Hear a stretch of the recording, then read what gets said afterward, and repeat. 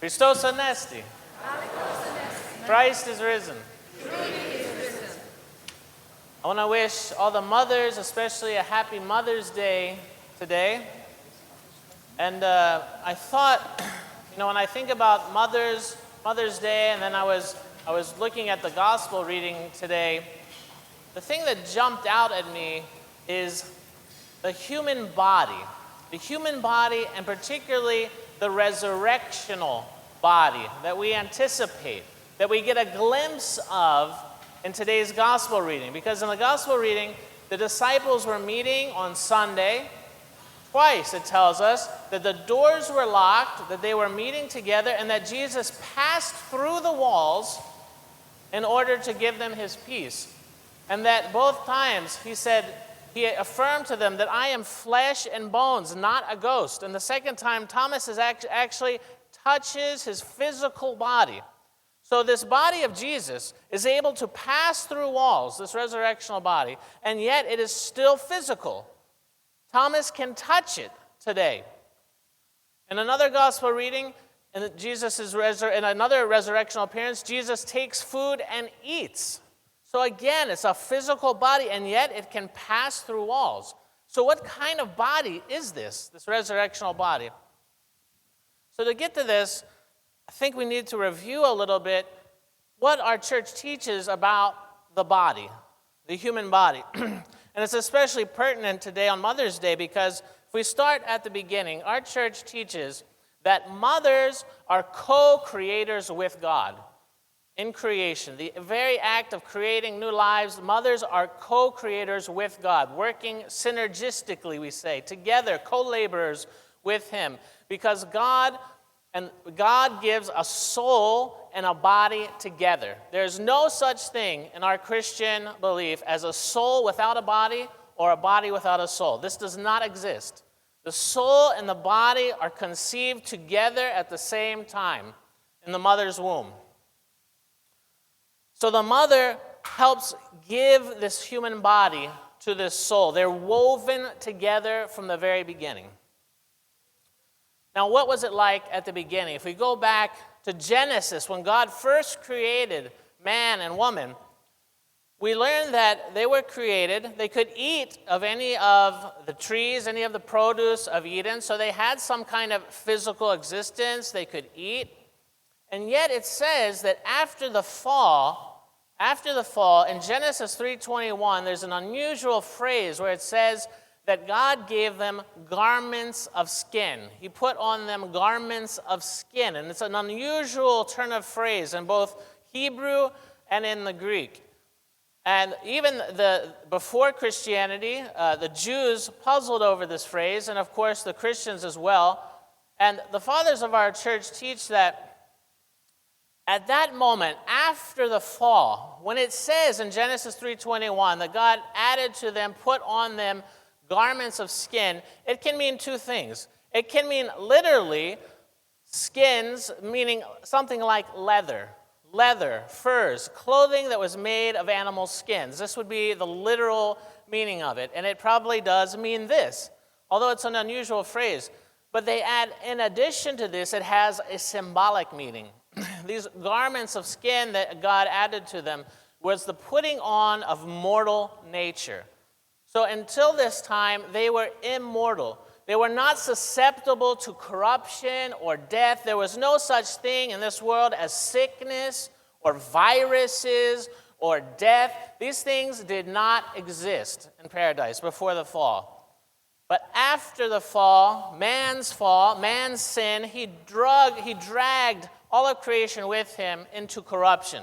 God, in his mercy, not wanting to allow man to proliferate unto infinity in evil, caps him with mortality. And he adds unto him these garments of skin. He puts on mortality onto man.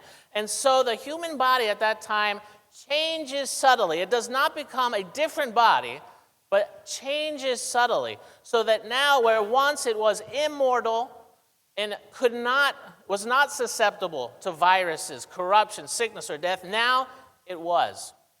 Now it was mortal, and it took on a slightly different form, a more physical form. We don't know exactly what that means. I'll get back to this. Now, with Jesus, this is reversed. Just as with so many things, Jesus reverses the evil that was done before. So what do we see? We see in the gospel today, this resurrectional story, that Jesus rises from the dead, and St. Paul tells us that he is the first fruits. Now here, if we look at 1 Corinthians chapter 15, this is really the only other place in the New Testament that we get some information about what this resurrectional body of Jesus, and therefore us, will be like. Now, St. Paul here in 1 Corinthians 15, he's speaking to the Corinthians, and if you read 1st and 2nd Corinthians, you can tell that they were a problematic parish. So he had many troubles with them. One of their troubles was that they were greatly influenced by Greek philosophy. And the dominant Greek philosophy in the world at that time was Platonism, inspired by Plato. And one of the key tenets of Plato was that there was this duality between the body and the soul, the material, physical, and the spiritual, right? The body, according to Plato, this physical body that we live in, is a prison. The body is a prison that keeps the soul from reaching its full potential. And when the soul is liberated from this human body, it soars. It enters into its true and natural state without a body. Now, this is the exact opposite of the Christian teaching. Unfortunately, some of this is creeping back into our kind of post-Christian culture now. But we do not believe that. As Christians, we believe the body and the soul, the natural state is for them to be together. It's unnatural for the soul to be separated from the body. But this is not what the Corinthians believed. Influenced by Platonism, they believed that the body was bad. Material world was bad, lesser, crude, not worthy of the dignity of the soul and wisdom that they sought. The Corinthians were very sophisticated, they thought of themselves. They thought they were very sophisticated. Maybe we would call them very worldly. And St. Paul is trying to get their attention.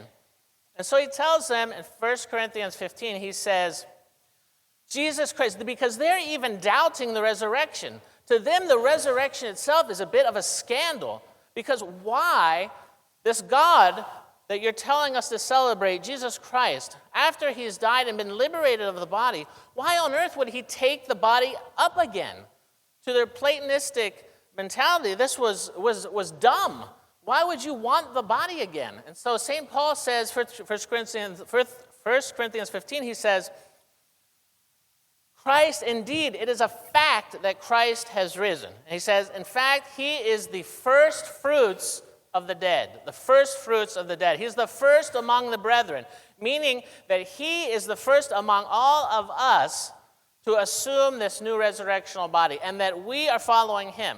So when we get this gospel reading today, it's this little glimpse we have, and really the only place, this glimpse into what our bodies are going to be like, what our future is going to be like in the resurrection. I think this is particularly apropos as we celebrate Mother's Day, because many of us enjoy our mothers still being alive, but for many of us, our mothers have passed on. And so what is our hope of the resurrection? What do we believe is going to happen? How will we see them again? So St. Paul explains to these Corinthians who have gone astray. He says, Jesus is the first fruits of the dead. And then he goes on to say, in 1 Corinthians chapter 15, verse 35, he says, but someone will say, how are the dead raised? And with what kind of body do they come? So he's asking the very question. And then he responds to this rhetorical question. He says, you fool! That which you sow does not come to life unless it dies. And what you sow is not the body which is to be. What you sow, what you put into the earth, what we bury in the earth, is not the body that is to come at the resurrection. It is instead, he says, a bare grain, perhaps a grain of wheat or of something else. But God gives it a body as he pleases, and to each seed its own body. And he continues, so is the resurrection of the dead. It is sown a perishable or corruptible body, It is raised in imperishable or incorruptible body. It is sown in dishonor. It is raised in glory. It is sown in weakness. It is raised in power. It is sown a natural body. It is raised a spiritual body. This is what he says about our hope of the resurrection. Our physical bodies, these physical mortal bodies that we've inherited since Genesis 3:21, since Adam and Eve fell, these bodies that we've taken over, that are susceptible to sickness and death, these bodies must be sown into the ground like a seed of wheat, St. Paul tells us. And as that seed disintegrates and gives way to new life that sustains us in the wheat, the same, he's telling us, happens with the body. So somehow this natural body is planted into the ground in burial. It is meant to dissolve. And then what comes up at the resurrection is a new body. Well, we wouldn't say necessarily a new, different body, because the fathers tell us it's not two different bodies, one that is weak and one that is powerful, one that is physical and one that is spiritual. No, it's the same body, but it comes up spiritualized. And we look again to the gospel reading today of Jesus' resurrectional appearance. That is what our bodies will be like. That is our hope. So just as Jesus, he was recognizable to his disciples. They all knew who he was. The fathers speculate that each of us in the resurrectional life will appear to the other in our prime, whatever that is, in our most recognizable form, and that we will be known to one another in paradise.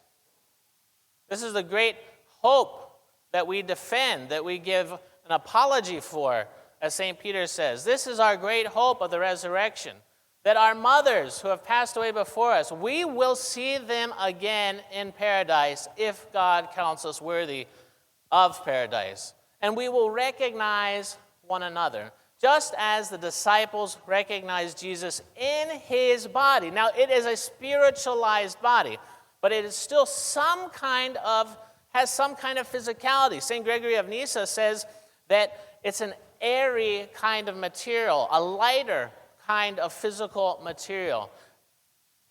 We don't know exactly what that means, but this is the resurrectional body that we anticipate. We can eat, but we won't have need to. We can be touched because there is some physicality left, and we will recognize one another. This is the great hope, and this is what we see today in the gospel reading. Whenever I read this on Thomas Sunday, I get excited because this is the only clue we have, really. That and what St. Paul tells us in 1 Corinthians 15, what our body is going to be like, what we can hope for in the resurrection. Can you imagine Thomas today? He's in the gathering of the disciples. Jesus comes through the wall. He sees him. He recognizes immediately who he is, but he can't believe it.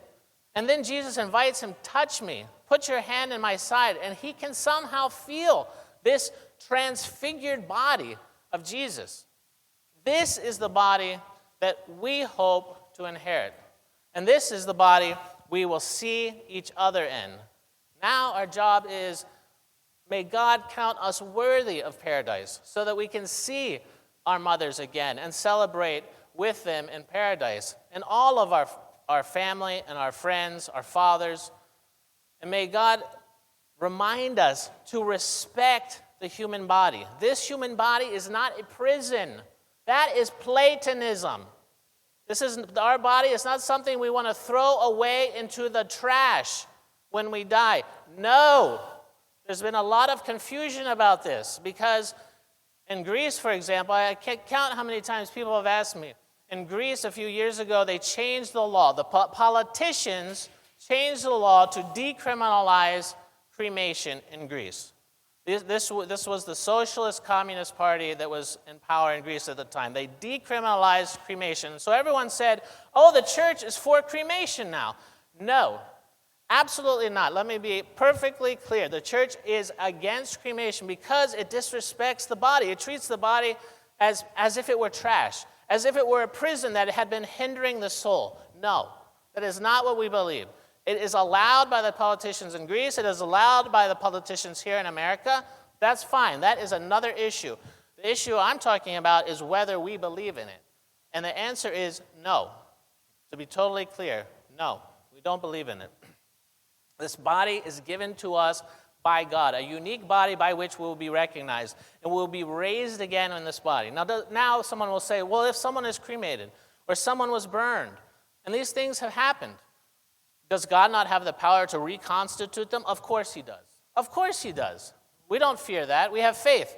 But that doesn't mean that we tempt the Lord our God. No, we respect the body as something that's given to us uniquely by God, and it's that body that we will recognize one another in the resurrection. Amen.